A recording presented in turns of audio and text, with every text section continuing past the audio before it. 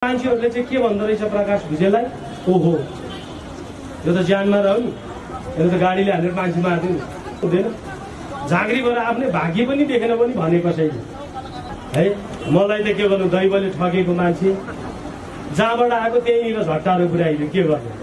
दिने बेला खोलेर दियो भगवान्ले, लिने बेलामा थाहा नै नपाउने सड्कन हानेर लग्यो। यस्तै हो जिन्दगी, कहिले सुख कहिले दुःख। रमाइलो गर्नुहोस्, नाच्नुहोस्, झाइ झगडा नगर्नुहोस्। त्यो जथाभावी खाएर मान्छेलाई गाली गर्ने, होच्याएर बोल्ने कामहरू चाहिँ कसैले कसैलाई नगरौँ है। मलाई त के गर्नु, दैवले ठगेको मान्छे जहाँबाट आएको त्यहीँनिर झट्टाहरू पुर्याइदियो, के गर्नु। दिने बेला खोलेर दियो भगवान्ले, लिने बेलामा थाहा नै नपाउने सड्कन हानेर लग्यो। एक सेकेन्ड एक मिनटले मान्छेको जिन्दगी कहाँबाट कहाँ पुग्छ भन्ने थाहा हुँदैन।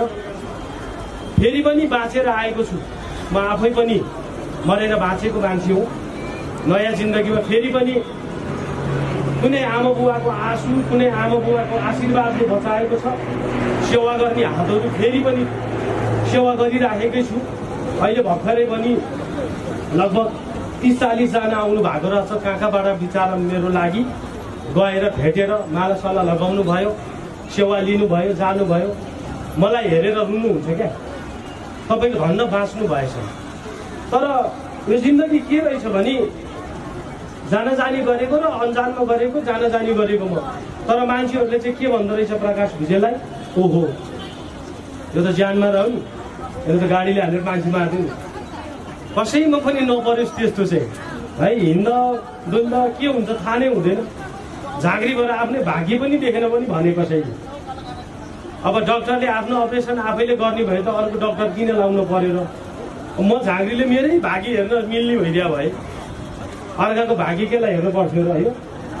सबैले आफ्नो भाग्य हेर्छन्, यहाँ बाहिर रूपले हेर्छन्, भित्री रूपमा के छ थाहा हुँदैन। कसैले खाना पाएर लाएर ढिलिक्क भएर हिँडेछ कि कसैले नपाएर हिँडेछ कि, त्यो आफ्नो दुःख आफूलाई नै थाहा छ। तर कसैले कसैलाई होच्याएर डोमिनेट गरेर नराम्रो बोल्ने काम कार्य कसैले नगर्नुहोस्।